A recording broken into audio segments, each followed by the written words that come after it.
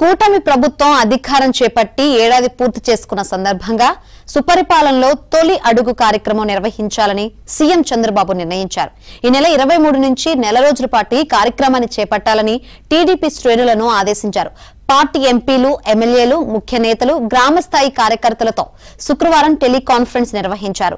ఏడాదిలో ప్రభుత్వ కార్యక్రమాలు, అమలు చేసిన పథకాలను ఇంటింటికి తిరిగి వివరించాలని సూచించారు. ఇందులో లీడర్ నుంచి క్యాడర్ వరకు ప్రతి ఒక్కరూ భాగస్వాములు కావాలని, ప్రచారం చేసే విషయంలో పోటీ పడాలని నిర్దేశించారు.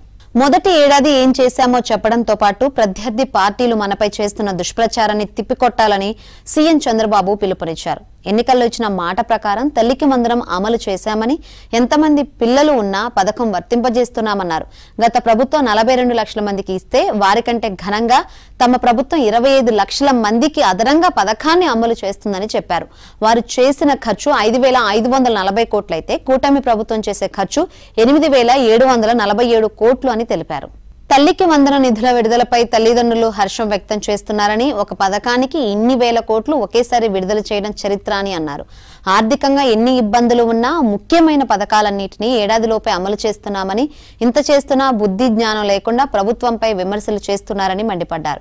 కార్యకర్తలు, నాయకులు ఎన్నికల ముందు సూపర్ 6 మేనిఫెస్టో, బాబు షూరిటీ, భవిష్యత్ గ్యారంటీ గురించి ఇంటింటికి తిరిగి ప్రచారం నిర్వహించారని, వాటిని కూటమి ప్రభుత్వం అమలు చేసి చూపిస్తుందన్నారు. ఇదే విషయాన్ని ప్రజలకు చెప్పాలని సూచించారు.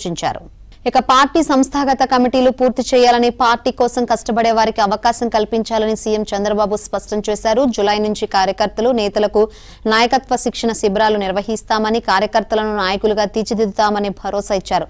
విశాఖపట్నంలో 21న ప్రపంచ యోగా దినోత్సవాన్ని 5 లక్షల మందితో నిర్వహిస్తున్నామని, అదే రోజున రాష్ట్ర వ్యాప్తంగా 2 కోట్ల మంది యోగాలో భాగస్వాములను చేయాలని లక్ష్యంగా పెట్టుకున్నామని చంద్రబాబు అన్నారు.